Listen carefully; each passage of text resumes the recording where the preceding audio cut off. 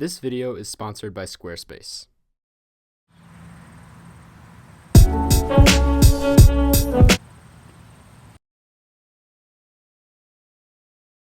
Okay, so this weekend I was planning on putting together another video essay as usual, but then I watched Stranger Things 2, which I honestly didn't expect to think twice about. I ended up having a lot more to say about it than I thought I did, and I figured why not make a review on it, because, why not? So with that being said, here are my thoughts on Stranger Things 2. Stranger Things is a show about a group of kids who are trying to understand, kill, or do whatever to this monster that took their friend Will. On top of that, there's also a cop named Chief Hopper, there's Will's mother, Joyce, who is beyond frantic, and there's a little high school drama thing to throw in there for whatever reason. I mean, there's a lot going on, but it's a pretty basic plot. It's a plot that I thought worked really well for the first season, but was doubtful going into the second, because I didn't think they would be able to do the same thing again and make it as exciting. But at the end of the day, I ended up really liking this season. Not to say that there weren't a lot of flaws, because there definitely were, but the show did its thing very well. The season felt like one really big movie. I think this has always been a very clear goal for the Duffer Brothers, and I think the cinematography, the editing, the action, I think that all those aspects together really pulled that off in this season.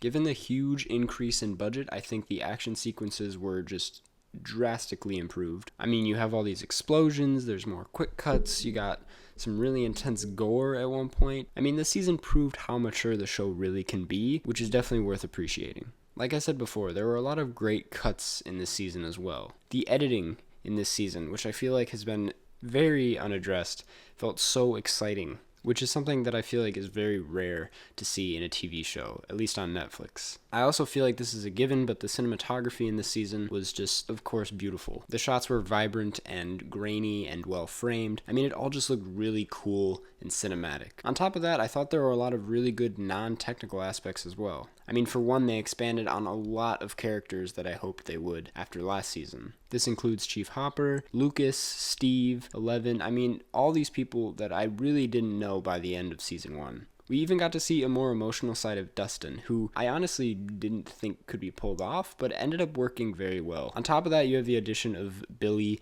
and Max, who I was very doubtful at the beginning, because usually in TV shows, when a new character is added on to a new season, they always feel like the new kid, and it's really hard to attach yourself to them the way you do other characters. But with Billy and Max, it felt very natural. I mean, they really felt like they were part of the bunch. Except for Billy. I mean, he was, kind of an asshole. But besides that, something else I really enjoyed was how much screen time Will got. Will has always been a very interesting and mysterious character for me, just because we never really got to see his perspective on this situation, which I definitely feel like they focused on a lot in this season. I mean, of all the kids in the show, he's definitely one of the better actors, if we're being honest. Overall, there were a lot of really funny, scary, and emotional moments in this season that worked really well, and that I was really not expecting at all. But like I said earlier, there were a lot of cons that unfortunately had a bit of an effect on the show. Most importantly, what was this? I can't even express in words how angry this episode made me. For one, the episode before this ended on such a high note.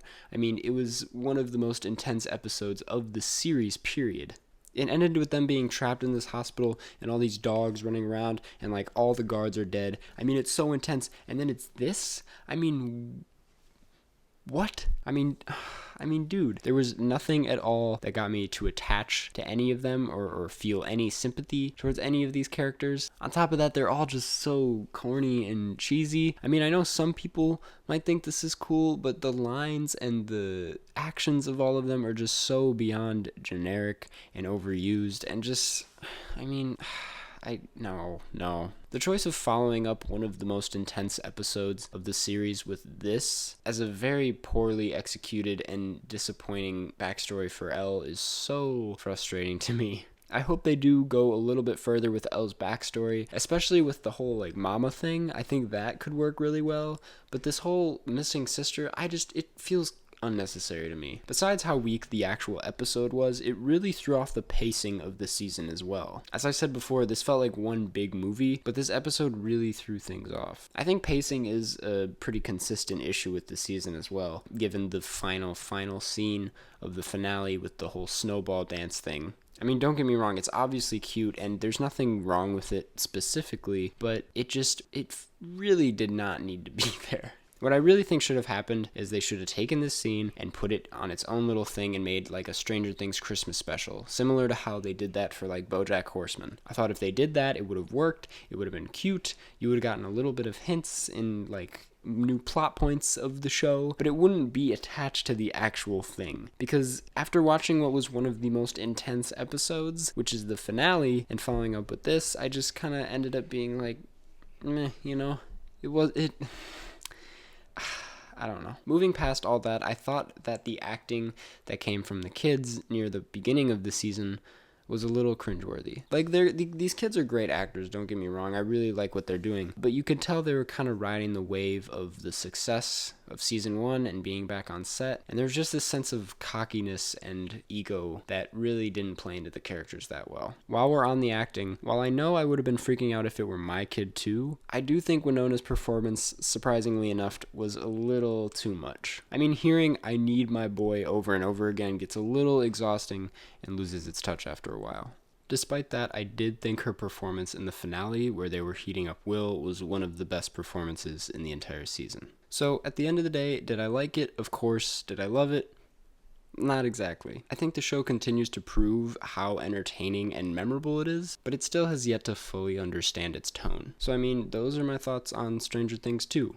Let me know, 1, what your thoughts were, and 2, if I should make more reviews. I know this is a new thing, and I'm just kind of testing it out right now, so let me know if you liked it. As always, don't forget to subscribe, go watch some TV, and thank you for watching.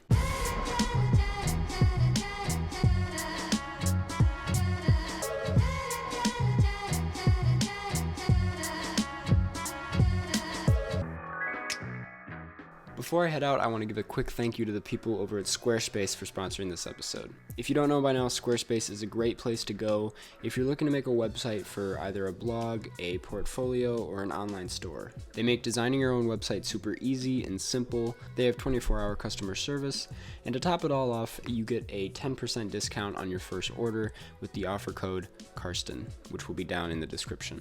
Once again, thank you guys so much for watching, and I'll see you guys in the next one.